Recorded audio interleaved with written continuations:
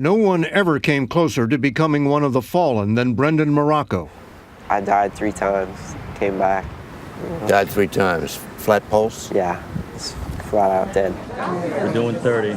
It happened Easter Sunday, 2009, in northern Iraq, when an Iranian-made roadside bomb launched a red-hot projectile into his vehicle. It went straight through my door, took both arms, my left leg off completely, and my right leg was still attached a little bit, and it killed my gunner and best friend. What do you remember? I remember the flash. The sound was ridiculously loud, and I remember all the screaming in the truck trying to see who was hurt, and you know, I had no idea I was hurt because I didn't feel anything. Just a lot. After that, I remember waking up in the hospital. He woke up as the only soldier to have survived the loss of all 4 limbs. Now, you got a nasty scar on your neck. Yeah, I severed my carotid artery, so they, you know, that alone should have killed me. But why don't you bleed to death?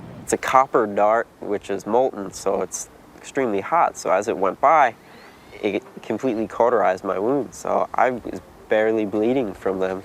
So it's the same weapon that took all your body parts. Saved your life. Completely.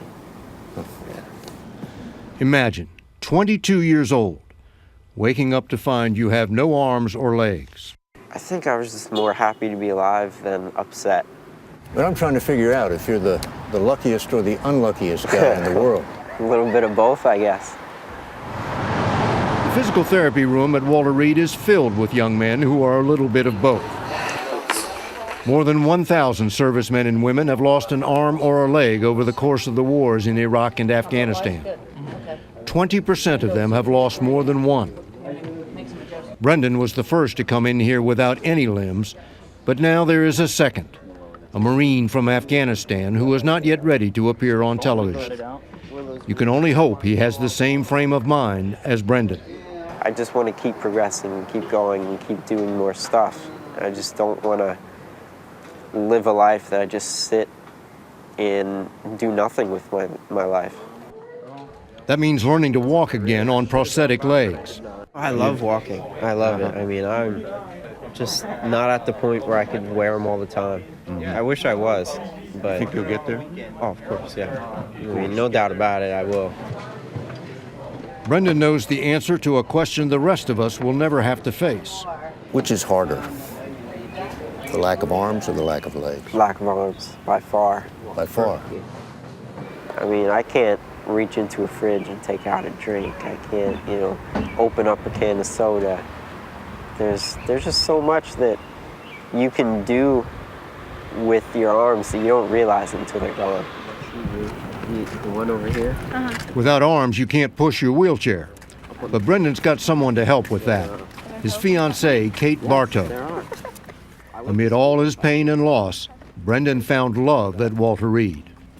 Did you feel sorry for him? No, not at all. He's such an incredible person, and people don't need to feel sorry for him. He's going to do some great things in his life.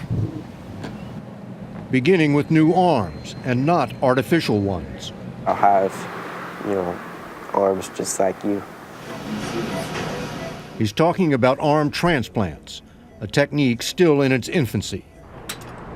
Former Marine Josh Malone, who received a hand transplant, told CBS News' Wyatt Andrews what a difference it made.